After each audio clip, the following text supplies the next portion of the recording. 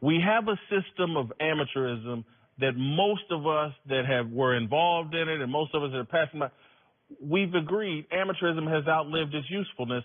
Why is our federal government, why is our criminal justice system trying to enforce amateurism and criminalize what to me for the most part seems like a group of adults who realize, man, there's too much money to be being made to not cut the kids in some fashion, kids or family in some fashion.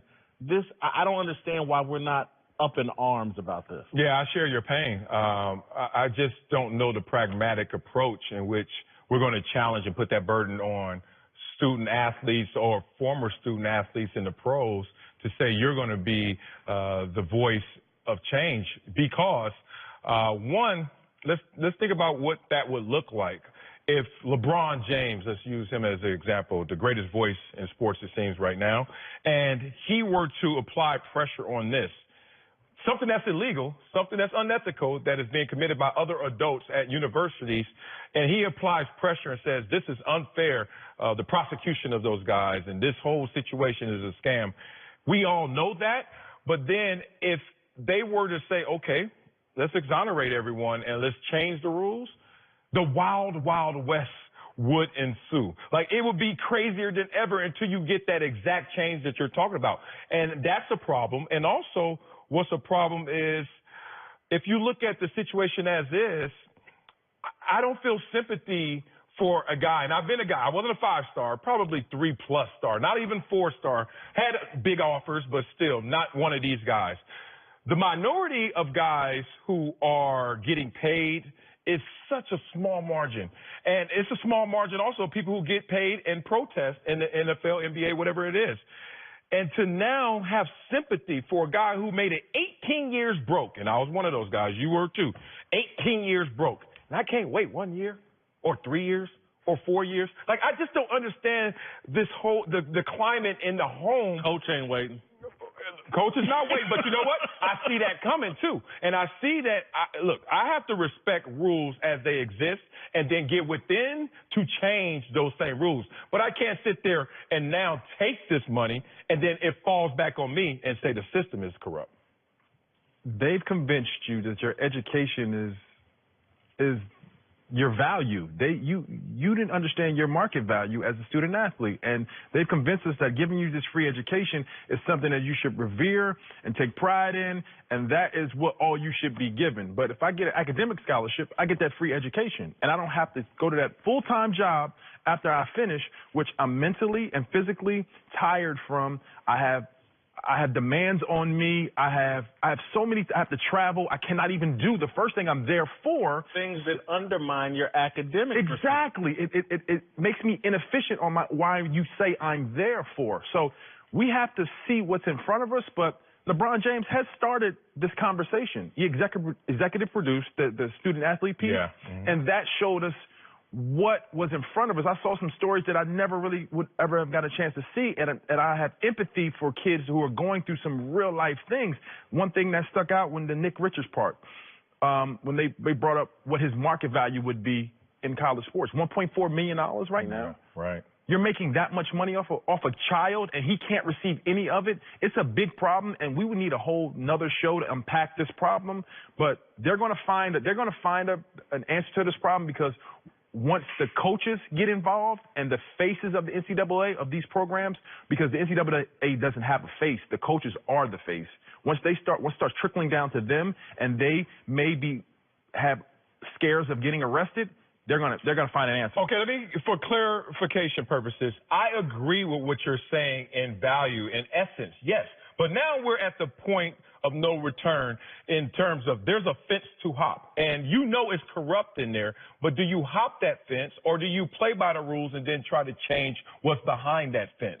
My thought process is, I'm not going to be an athlete that takes money and then says, you know what, because I know my value. I'm not going to be that guy. And I'm also not going to be one of these adults who works for an institution who's going to exploit the same kids and then say, hey, give me a slap on the wrist because the whole system is corrupt.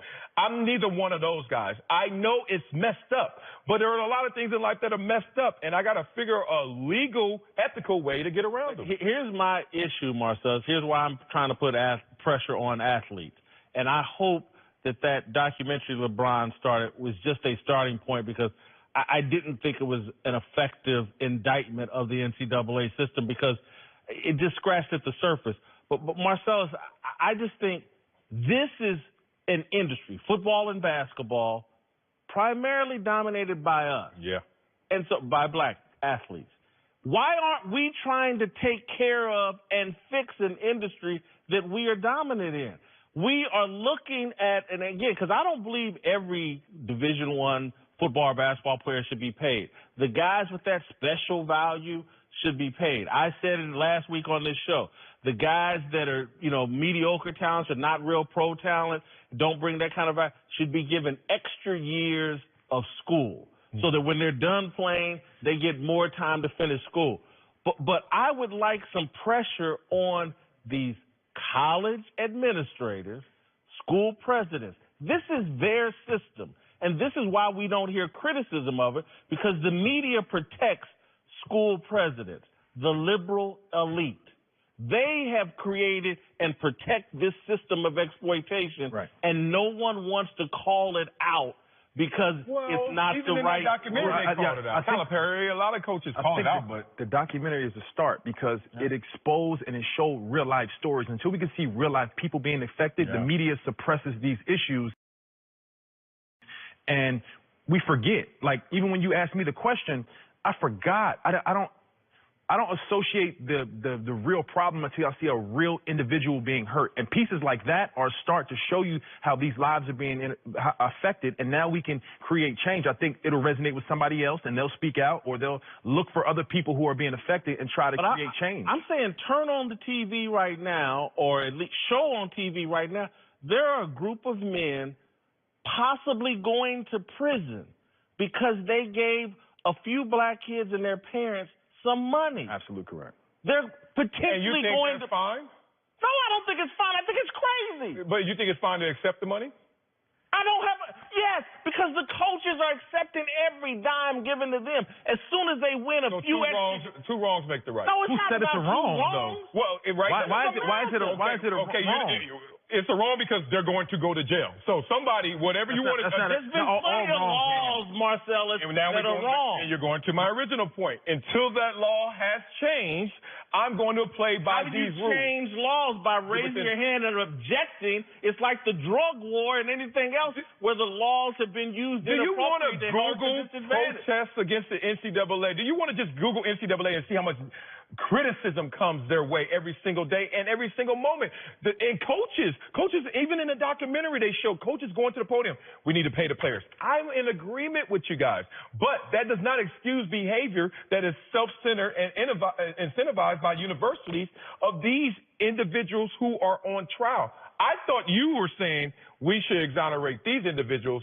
We should exonerate them because they look like Americans to me. Capitalistic Americans to me that are sitting in a system that's creating all this money and wealth, and they can't get a piece? So get a piece any way you can.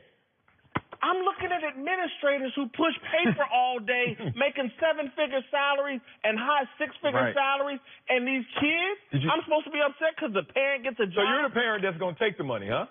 I'm going to take it and give it. Okay, all right. Even in the student-athlete piece, right? Not me. The NCAA said, you know what, we give them facilities, we give them an education, we give them a breeding ground to make their talent better over this time period here. Yeah. The NBA does the same thing, you know that, right? And they get paid a salary, you know that, right? Like the G League does. No, the NBA does. I can get after my career is done, I can get an education. I can go back and get my education. I'm going to get paid. I use facilities. You understand that, on a daily basis, and they have people there to make me better. So what is the difference between one getting paid and one not? And you've created this environment to make them, even if it's something. I'm not saying the $1.4 million, but you had a value even at your school. We have to equate a value for these student athletes who people are making money off of, because the small minority who are getting in trouble right now, they have some real dire situations. People are. But even if your family, you were one of them too. You may have been a smaller talent, but you still were broke. Your family could have received And we waited, something. and we kept waiting because You we've waited been because waiting. you waited because that was your only option. Some people have different options. Okay, let me give you this story. So- You said we got to bring a story. I didn't have- Here's a short story. I was at a dinner. I'm not going to say the school. I'm not going to say the individual. He was supposed to be #1 talent in the country. Whatever. I'm going to the bathroom. I see these coaches I know. What's up, coach? What's up, man? What are you doing? What you up to, coach? Oh, we got one of those dinners. Really? What's one of those dinners? Oh, we got them over there. Oh, I peeked, saw the parents there and the representative. I said, oh, yeah, what they talking about? 180. And I was like, what? He's decommitting? He was like, nah, that's how much it's going to cost. 180. Now tell me, from a broke position, I need 180 right now before my son comes to your school? And that was a couple of years ago. So I don't know where the price is right now, but everyone's acting like this is a dire situation. We got to end on this because we've gone long. But Okay. you do understand there have been some laws in this country that are worthy of breaking. Oh, absolutely. And so I don't want to put you in an unfair spot. I just want to, because we got to wrap this up. We talked last week with Joe, or maybe it was this week, about Walter Byers, who created the modern NCAA, and then as he saw it create more and more money, he wrote in his book and he started talking about speech, analogizing it to a plantation and the overseers making money. And so the reason why I'm comfortable making this analogy is because the guy that created the NCAA basically compared it to slavery. Yeah. And so to me, this is like criticizing Harriet Tubman for freeing the slaves and breaking the slave laws. because it was a law. Because it was a law. Some laws are worthy of breaking, and I have no respect for. And this amateurism thing, I don't have any respect for at all. Thanks, Dante. Coming up, did Lonzo Ball just put the final nail in the coffin of LeVar Ball's Big Baller brand? Marcellus tells us what's up. You know it. This is actually under